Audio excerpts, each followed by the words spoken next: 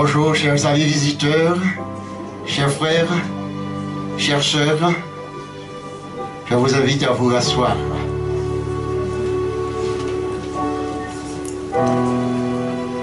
C'est encore avec joie que nous accueillons ces personnes qui nous visitent pour la première fois.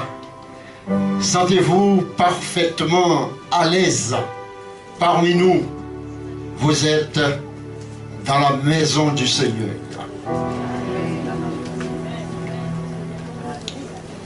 La Bible dit, il y a plus de joie dans le ciel pour un seul pécheur qui se repent que pour 99 justes qui n'ont pas besoin de repentance.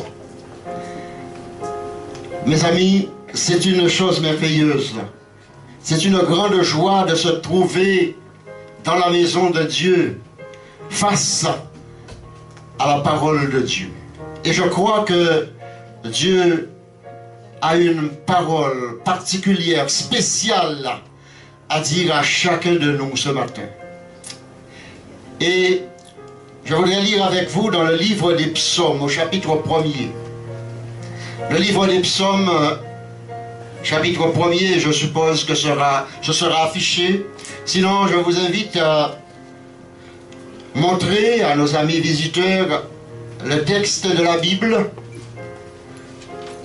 afin qu'ils voient eux aussi que tout ce que nous disons vienne de la parole de Dieu.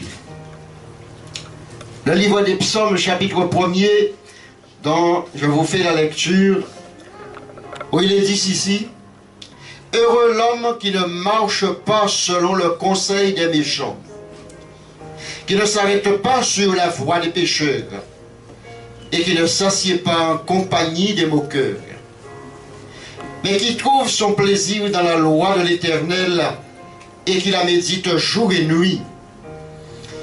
Il est comme un arbre planté près d'un courant d'eau, qui donne son fruit en sa saison, et dont le feuillage ne se flétrit point. Tout ce qu'il fait lui réussit. Il n'en est pas ainsi des méchants. Ils sont comme la paille que le vent dissipe. C'est pourquoi les méchants ne résistent pas au jour du jugement, ni les pécheurs dans l'assemblée des justes. Car l'Éternel connaît la voie des justes, et la voie des pécheurs mène à la ruine. Mes amis, frères et sœurs, je voudrais vous parler de la stabilité spirituelle. Parce que c'est un sujet que la Bible accorde une place importante pour notre marche chrétienne, surtout dans les temps auxquels nous vivons aujourd'hui. Il y a beaucoup de courants religieux qui viennent avec la Bible en main, proclamant un message complètement fallacieux, c'est-à-dire avec des tromperies dans leur enseignement, tout en ayant l'apparence de la vérité. Donc combien pour nous il est indispensable que nous soyons fondés dans la foi, ayant une stabilité inébranlable. En effet, ce texte, le psalmiste nous place devant deux catégories de personnes vivant d'une manière diamétralement opposée. Dans les versets 1 à 3, il nous présente l'homme heureux. Dans les versets 4 et 5, il nous présente le méchant, le pécheur, l'homme sans relation avec Dieu, qui n'est pas en paix avec lui-même et avec Dieu. Dans le verset 6, la position de ces deux catégories de personnes qui ne passent pas inaperçues devant Dieu et leur destinée éternelle. Voici, je vous ai brossé succinctement le plan du psaume 1er. Dans le verset 1er, le psalmiste nous décrit ce que l'homme stable spirituellement ne fait pas. Et il commence par le mot heureux, dans le sens de capter l'attention du lecteur, parce que tous nous voulons être heureux. Tout le monde cherche le bonheur. Qui ne cherche pas après la tranquillité, après la paix, après la joie, après le bonheur? L'auteur de ce psaume pourrait écrire premièrement tout ce qui rend heureux et dire après, en pratiquant ces choses, vous serez heureux. Mais, en commençant par le mot heureux, il réveille la curiosité du lecteur qui veut connaître qu'est-ce qu'il peut bien rendre heureux en lisant les paroles de ce psaume. Il va déclencher un profond désir de vouloir connaître davantage sur le bonheur que décrit ce psaume, sur l'homme heureux. Parce que le mot heureux se dit en hébreu ashrei. Et la racine de ce mot hébreu vient d'un verbe qui signifie aller de l'avant et même en montrant le chemin. Il dit, c'est un homme heureux d'aller vers l'avant en montrant le chemin. Il est content qu'il marche, qu'il va de l'avant et en même temps, il montre le chemin. C'est pour vous dire que ce n'est pas par hasard que le psalmiste a commencé ce psaume par le mot heureux. Il y a donc une valeur étymologique hébreu à exploiter dans ce mot. Il dit l'homme heureux est une personne qui marche, il n'est pas stationnaire. Il va de l'avant, mais il ne marche pas n'importe comment. Il y a des endroits qu'il ne s'arrête pas et des endroits qu'il ne s'assied pas non plus. Il est un homme qui fait attention comment il marche. C'est une personne qui n'est pas isolée. Il est bien intégré dans la société. Elle est un actif au sein de la société. Marcher dans ce psaume ne veut pas dire seulement se déplacer sur ses pieds, mais vivre pleinement son bonheur. Elle est dans le monde, mais sans être du monde. Comme l'épître de Jean nous dit, la première épître de Jean, il dit que le chrétien est dans le monde sans être du monde. Le chrétien est une personne qui marche à contre-courant du monde. Nous avons le monde en face de nous et nous devons affronter le monde. Parce que le chrétien ne marche pas comme le monde. Nous voyons dans tout cela, c'est un homme ayant une conduite bien réglée. Il ne s'arrête pas sur le chemin des pécheurs, il ne fréquente pas les moqueurs, il est stable dans sa vie de tous les jours. C'est une personne qui vit selon une certaine droiture. Il ne se laisse pas persuader, il ne se laisse pas séduire par n'importe quel raisonnement, n'importe quel message nébuleux. Et le verset 2, il dit ce qu'il fait, l'homme heureux. Il trouve son plaisir dans la loi de l'Éternel. Il trouve son plaisir, il trouve sa joie, il trouve son bonheur, il trouve la vie qui va être vécue dans la loi de l'Éternel. Et la loi de l'Éternel, en ce temps-là, c'était les 10 commandements. Le Pentateuque et les livres qui étaient déjà écrits de l'Ancien Testament. Mais pour nous, aujourd'hui, La loi de l'Éternel, c'est l'ensemble de toute la Bible, entièrement. Vous savez, il y a des personnes qui restent focalisées uniquement sur les 10 commandements. Mais de la Genèse, j'ai l'habitude de dire que de la Genèse à l'Apocalypse, nous trouvons rien que des commandements dans la Bible. Il n'y a pas seulement 10 commandements, il y a etc. de commandements dans la Bible. Aller faire de toutes les nations des disciples est un commandement que nous ne trouvons pas dans les 10 commandements. Et donc, la loi de l'Éternel se trouve de la Genèse à l'Apocalypse. Il connaît la parole. Pour trouver son plaisir dans quelque chose, il faut la connaître. Il passe du temps, c'est sa joie de passer du temps dans la parole pour la connaître davantage. C'est un homme qui est capable aussi de réfuter les contradicteurs. C'est en connaissant la parole qu'on peut réfuter les contradicteurs. Et dernièrement, je le disais encore ici, souvenez-vous de Jésus lors de la tentation dans le désert. Le contradicteur est venu vers lui disant, il est écrit. Avec la parole qu'il est venu, il est écrit. Mais Jésus, connaissant la parole comme nous aussi, nous devions connaître la parole pour dire, il est aussi écrit.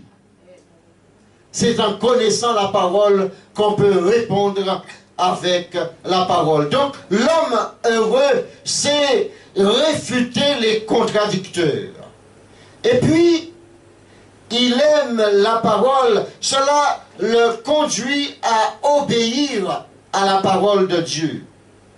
Jésus, dans sa parole, nous venons de chanter « Jésus est mon ami ».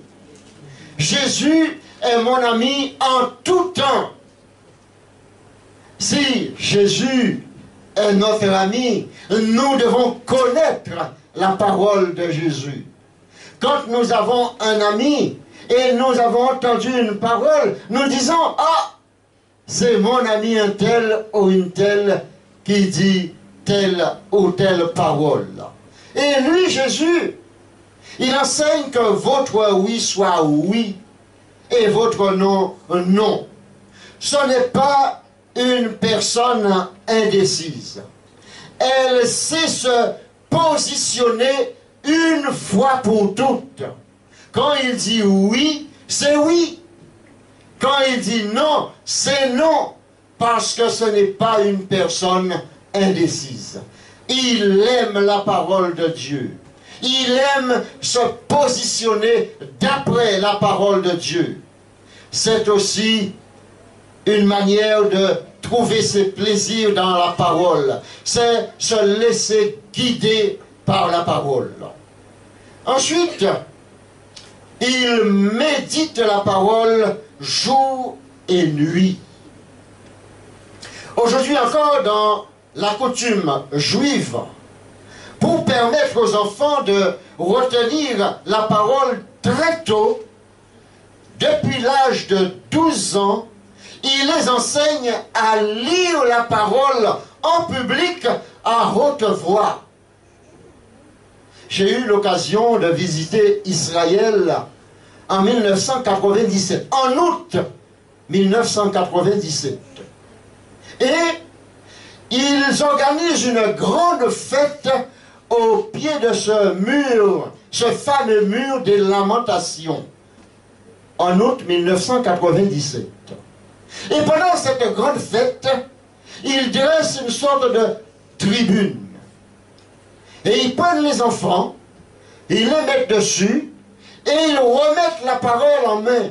Ils leur demandent de lire la parole à haute voix, devant le public, afin que les enfants puissent retenir la parole de Dieu. En hébreu, un synonyme du mot méditer donne ruminer en français. C'est comme un animal qui rumine, qui mastique sa nourriture. Une vache, par exemple, en broutant l'herbe, la conserve dans sa panse, et après, il la fait remonter pour la ruminer, la mastiquer à fond, afin que cet aliment la serve pour sa santé physique. Nous, de la même manière, chacun de nous, nous devions plonger nos regards en méditant la parole, en ruminant la parole, afin qu'elle serve à notre santé physique et spirituelle. C'est de cette manière que le psalmiste veut dire que l'homme heureux, stable spirituellement, agit avec la parole. La parole est une seconde nature dans sa vie. Elle contribue à sa santé spirituelle et physique. Il semble que la médecine prévoit que la méditation permet de vivre plus longtemps. La méditation permet de prolonger notre durée de vie ici-bas. Le verset 3, il est dit ceci: il est comme un arbre planté près d'un courant d'eau qui donne son fruit en sa saison, et dont le feuillage ne se flétrit point, tout ce qu'il fait lui réussit. On va lire un verset parallèle dans le livre du prophète Jérémie, au chapitre 17, et les versets 7 et 8. Jérémie, chapitre 17, versets 7 et 8, il est dit: béni soit l'homme qui se confie dans l'Éternel, et dans l'Éternel est l'espérance. Il est comme un arbre planté près des eaux, et qui étend ses racines vers le courant. Il n'aperçoit point la chaleur quand elle vient, et son feuillage reste vert. Ce verset 3 du psaume 1er et ce passage de Jérémie en parallèle forment une formidable illustration pour nous permettre de saisir exactement ce qu'est la stabilité spirituelle du chrétien. Comme un arbre planté près d'un courant d'eau, il plonge ses racines dans le terrain de la bénédiction. Il est solidement fixé pour toujours dans la présence de Dieu. Il puise les nutriments indispensables à sa vie spirituelle dans l'eau de la parole. Voilà quelle est la position de l'homme heureux, stable spirituellement. Il ne peut pas être ébranlé facilement. Un arbre qui ne reçoit pas d'eau dans une terre aride, ses feuilles flétrissent et il meurt. C'est de la même manière pour l'homme qui ne marche pas selon la parole de Dieu. Pour l'homme qui s'éloigne de la parole de Dieu. Pour l'homme qui ne prend pas en considération les conseils, les éléments servant à sa marche spirituelle dans la parole de Dieu qui est la Bible. Dans le psaume 46 que nous allons lire, le psaume 46 est dans les versets 5 à 7, il est dit ceci. Psaume 46, versets 5 à 7. Il est un fleuve dont les courants réjouissent la cité de Dieu, le sanctuaire des demeures du Très-Haut. Dieu est au milieu d'elle, elle n'est point ébranlée. Dieu la secoue dès l'aube du matin. Des nations s'agitent, des royaumes s'ébranlent, il fait entendre sa voix, la terre se fond d'épouvante. La demeure, la cité la présence de Dieu est au milieu de ce fleuve. Ainsi, le chrétien est comme cet arbre à la garantie de la solidité spirituelle. Dans le livre de l'Apocalypse, au chapitre 22, et dans les versets 1 et 2, il est dit, il y a un fleuve d'eau limpide comme du cristal sortant de Dieu, du trône de Dieu, coulant au milieu de la ville sainte. Et le verset 3 dit que le trône de Dieu et de l'agneau sera dans la ville, signe de la présence de Dieu. Tout ce qu'il fait lui réussit. Nous dit le psaume 1er au verset 3. C'est la garantie de la réussite. Dans l'Ancien Testament, Dieu dit à Josué, en méditant la parole, il aura du succès dans toutes ses entreprises. En méditant, en retenant la parole, en creusant la parole, en se laissant instruire par la parole, il a la garantie de la réussite. Nous avons Dieu comme garant de notre réussite, parce que c'est la parole qui le dit. Tout ce qu'il fait lui réussit. Lisons maintenant dans le livre de Colossiens, l'épître aux Colossiens, au chapitre 2. Colossiens, chapitre 2, le verset 4, et puis dans les versets 6 et 7. Colossiens 2, 4. Paul dit, je dis cela afin que personne ne vous trompe par des discours séduisants. Ensuite, dans les versets 6 et 7, ainsi donc, comme vous avez reçu le Seigneur Jésus-Christ, marchez en lui, étant enracinés et fondés en lui, et affermis par la foi, d'après les instructions qui vous ont été données, et abondez en action de grâce. Dans ce verset 4, l'apôtre Paul nous met en garde contre ces discours fallacieux, contre des tromperies, contre les messages détournés qui pourraient ébranler la vie et qui pourraient ébranler la stabilité du chrétien. Et dans les versets 6 et 7, il donne des éléments, des critères à trouver dans la vie du chrétien prouvant sa stabilité spirituelle. Il dit, comme vous avez reçu le Seigneur Jésus-Christ. Paul nous rappelle notre conversion. Il dit, référez-vous à votre conversion. Souvenez-vous du jour où vous avez accepté Jésus-Christ dans votre vie. C'est l'élément fondamental, primordial. Il faut avoir cette ferme conviction, cette certitude d'avoir accepté Jésus-Christ dans sa vie. Sinon, impossible d'être un chrétien ayant une stabilité spirituelle.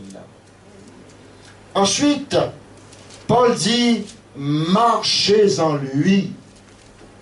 Comme vous avez reçu le Seigneur Jésus-Christ, comme vous avez un jour J invité le Christ à rentrer dans votre vie, avoir fait la paix avec le Christ, marchez en lui, étant enraciné et fondé. Le terme dans ce texte, en lui, par lui, avec lui, revient 9 fois dans ce chapitre de l'Épître aux Colossiens. Et maintenant, ces termes reviennent 19 fois dans toute l'épître aux Colossiens. Comment Paul insiste sur le fait que c'est uniquement en Jésus-Christ, par Jésus-Christ, avec lui, que nous pourrions être des chrétiens stables spirituellement. 1 Jean chapitre 2 verset 6 dit « Celui qui demeure en lui, en Jésus-Christ, doit aussi marcher comme lui-même a marché. » Marcher comme Jésus, c'est marcher dans ses traces. On raconte l'histoire d'un groupe de vacanciers, de touristes qui est allé visiter l'Alaska. Ce pays enneigé 12 mois sur 12. Et arrivés sur le lieu, quand ils ont vu les difficultés pour visiter cet endroit, ils se sont dit, mais nous allons nous perdre. Il nous faut un guide et un connaisseur. Alors, ils ont pris un guide indien. Et ils ont commencé à marcher, à visiter les lieux. Et pendant qu'ils marchent, ils aperçoivent qu'il y a des traces de pas. Comme si quelqu'un serait venu tout seul à marcher dans ce lieu. Alors, un vacancier s'approche du guide et lui dit, « Y aurait-il quelqu'un qui a osé s'aventurer tout seul ici dans ce lieu ?» Le guide qui répond, « Pas du tout. Ce n'est pas une personne qui a marché là, mais c'est tout un groupe d'Indiens. Mais ces personnes sont tellement carrés dans leurs affaires, surtout quand ils marchent. Le chef passe devant et les autres le suivent en mettant leurs pieds dans ses pas. » C'est de la même manière que nous devons suivre Jésus-Christ, en marchant avec lui, pour lui, en mettant nos pieds dans ses pas. Mais pour cela, nous devons nous laisser guider, conduire, enseigner par la parole de Dieu, pour être solidement fixés, stablement. En ayant une stabilité spirituelle. Le verset 7 dit, avec l'expression enraciné, fondé, deux verbes qui expriment parfaitement l'idée d'être debout et stable spirituellement, qui ne peut être ébranlé en aucune manière. Maintenant, dans les versets 4 et 5 de notre texte de Psaume 1er, il est dit, « Il n'en est pas ainsi des méchants. Ils sont comme la paille que le vent dissipe. C'est pourquoi les méchants ne résistent pas au jour du jugement, ni les pécheurs dans l'assemblée des justes. » Le psalmiste change de ton. Je pense que si un musicien devrait écrire ce psaume en musique, je ne saurais pas la même tonalité. Il parle de jugement, de l'assemblée des justes. Il provoque un sursaut, un choc pour secouer, bouleverser la conscience du lecteur, de l'incrédule, du méchant, afin qu'il se sente profondément interpellé par rapport à l'homme qui a une stabilité inébranlable. Il dit qu'il y a un jugement à venir. La Bible dit, dans le livre des Actes des Apôtres, au chapitre 17, et dans le verset 30 à 31, que Dieu, sans tenir compte des temps d'ignorance, annonce maintenant à tous les hommes, en tout lieu, qu'ils aient à se repentir. Parce qu'il a fixé un jour où il jugera le monde, selon la justice, par l'homme qu'il a désigné, ce dont il a donné à tous une preuve certaine en le ressuscitant des morts, à savoir Jésus-Christ. Mes amis, tous les fondateurs de religion sont morts, mais ils sont encore dans la tombe. Bouddha est mort, il est encore dans la tombe. Mahomet est mort, il est encore dans la tombe. Confucius est mort, il est encore dans la tombe. Mais Jésus-Christ est mort, et 3 jours après, il est ressuscité. Et il veut que chacun l'invite à entrer dans sa vie, afin qu'il leur donne la vie et qu'il leur donne une stabilité spirituelle. Ils sont comme la paille que le vent dissipe, nous dit le psaume 1er. Quand le psalmiste a écrit en parlant de paille, quand le vent dissipe, il pensait au battage pratiqué pour récupérer les grains. Une fois moissonnées, les gerbes étaient étendues par terre. Et afin d'être battues pour faire éclater les épis et pour séparer les grains de la paille, il prenait le tout et il les envoyait dans l'air.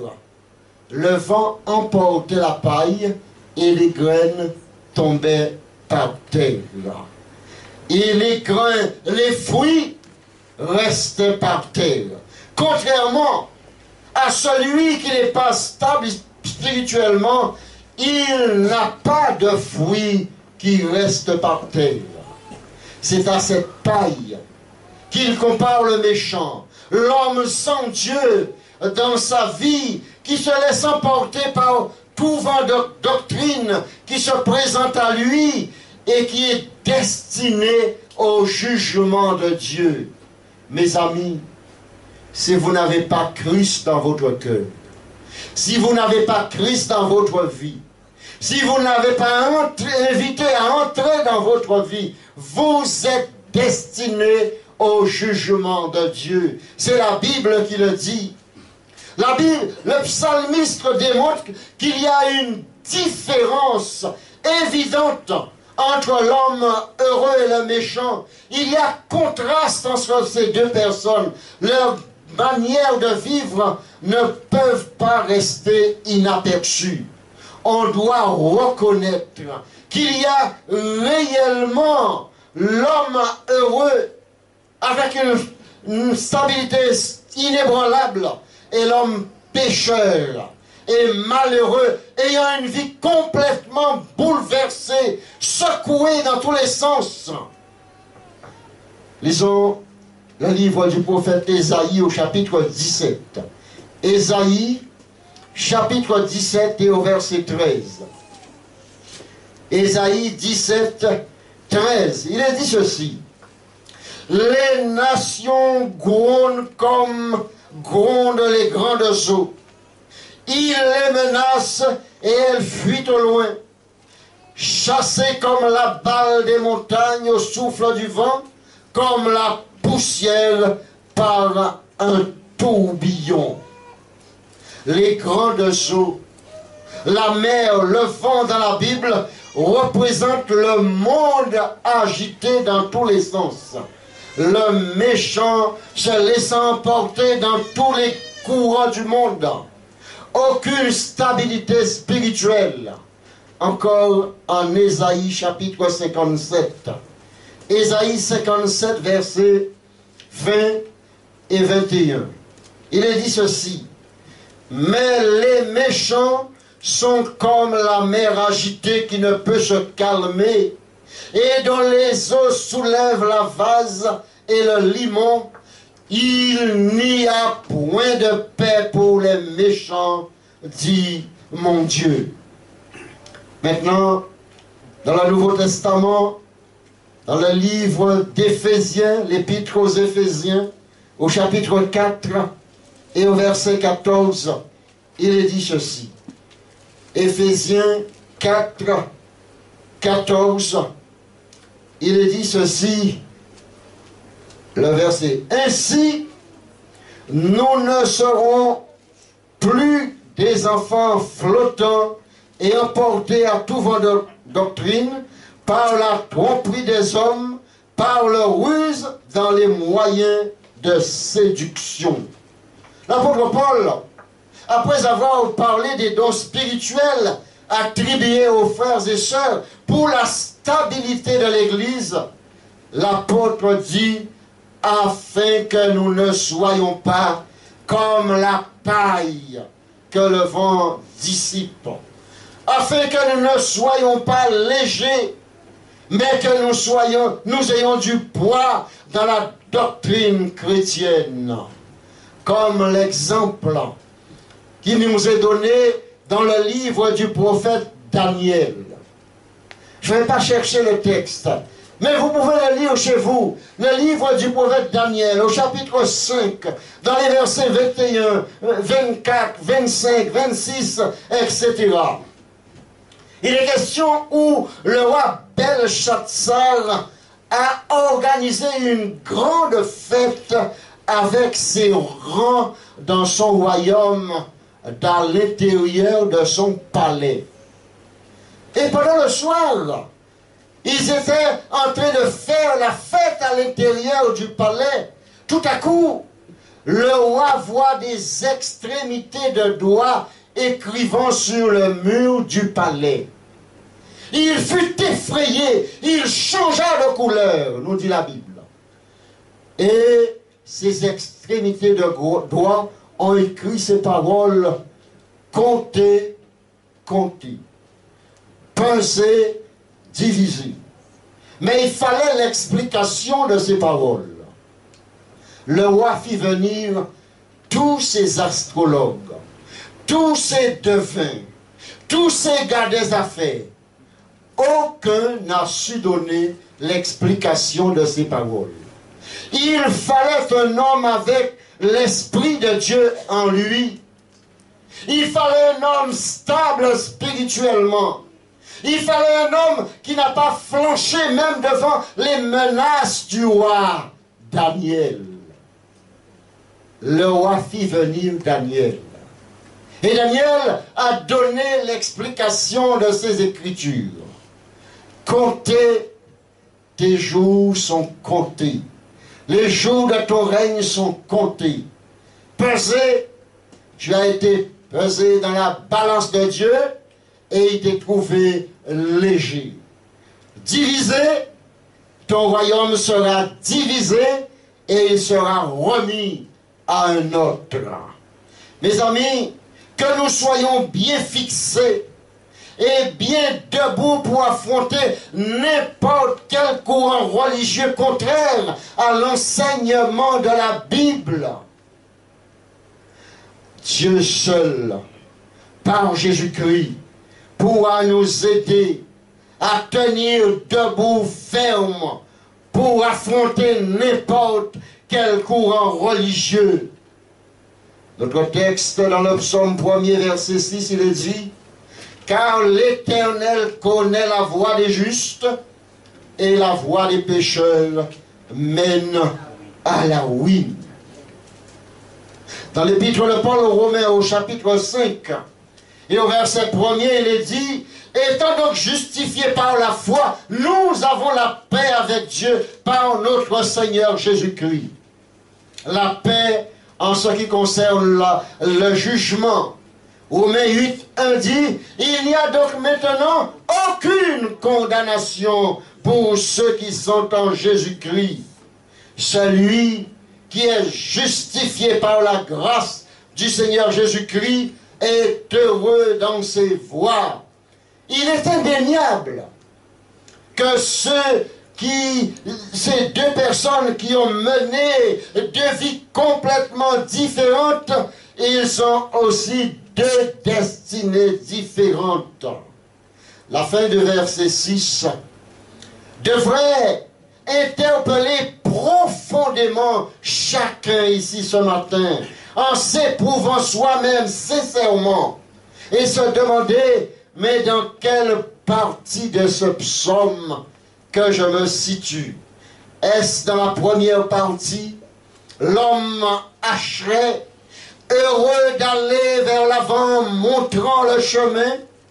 Ou la deuxième partie, l'homme qui se laisse emporter dans ce vent de ce monde instable, destiné à la ruine éternelle, destiné au jugement de Dieu, destiné à l'enfer?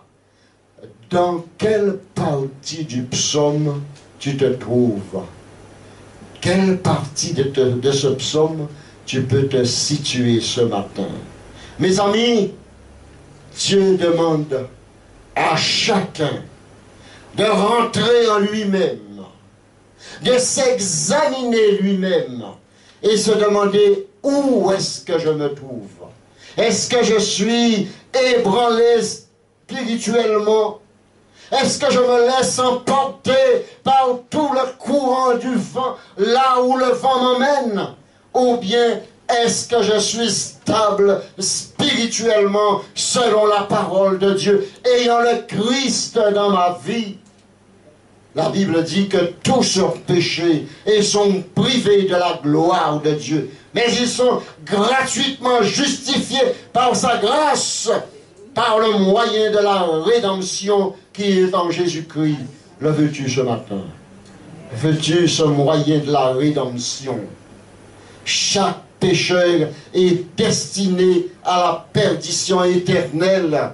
Mais Dieu a trouvé le moyen. Dieu a envoyé son Fils Jésus-Christ mourir à la croix du Calvaire à ta place, mon ami, à la place de chacun, afin que tu crois en lui, tu places ta confiance en lui, il te donne la vie afin que tu sois un homme heureux, une femme heureuse, un jeune homme heureux, une jeune fille heureuse, afin qu'il fasse de toi une nouvelle créature. Le veux-tu ce matin? La Bible le dit, on l'a lu ce matin, on l'a chanté. Jésus dit, voici, je me tiens à la porte et je frappe. Si quelqu'un entend ma voix, ouvre la porte, j'entrerai chez lui, je souperai avec lui et lui avec moi. Sous-entend, il parle de la porte de ton cœur. Jésus frappe à la porte de ton cœur. Il veut te recevoir. Est-ce que tu veux l'inviter à venir? Je vous invite à vous mettre debout. Nous allons faire silence. Je vais prier. Je vais prier. Vous qui voulez inviter le Christ à entrer dans votre vie, je vous invite à faire cette prière avec moi. Mettez-vous debout. Tout le monde, nous nous mettons debout et nous baissons la tête, nous fermons les yeux, nous restons dans le silence. Vous pouvez faire cette prière avec moi. Si vous voulez inviter le Christ à rentrer dans votre vie, nous allons baisser la tête et je vais faire une prière. Vous pouvez la prendre pour vous. Vous pouvez dire avec moi, répéter avec moi, à haute voix, dire: Seigneur mon Dieu, j'ai entendu ta parole ce matin.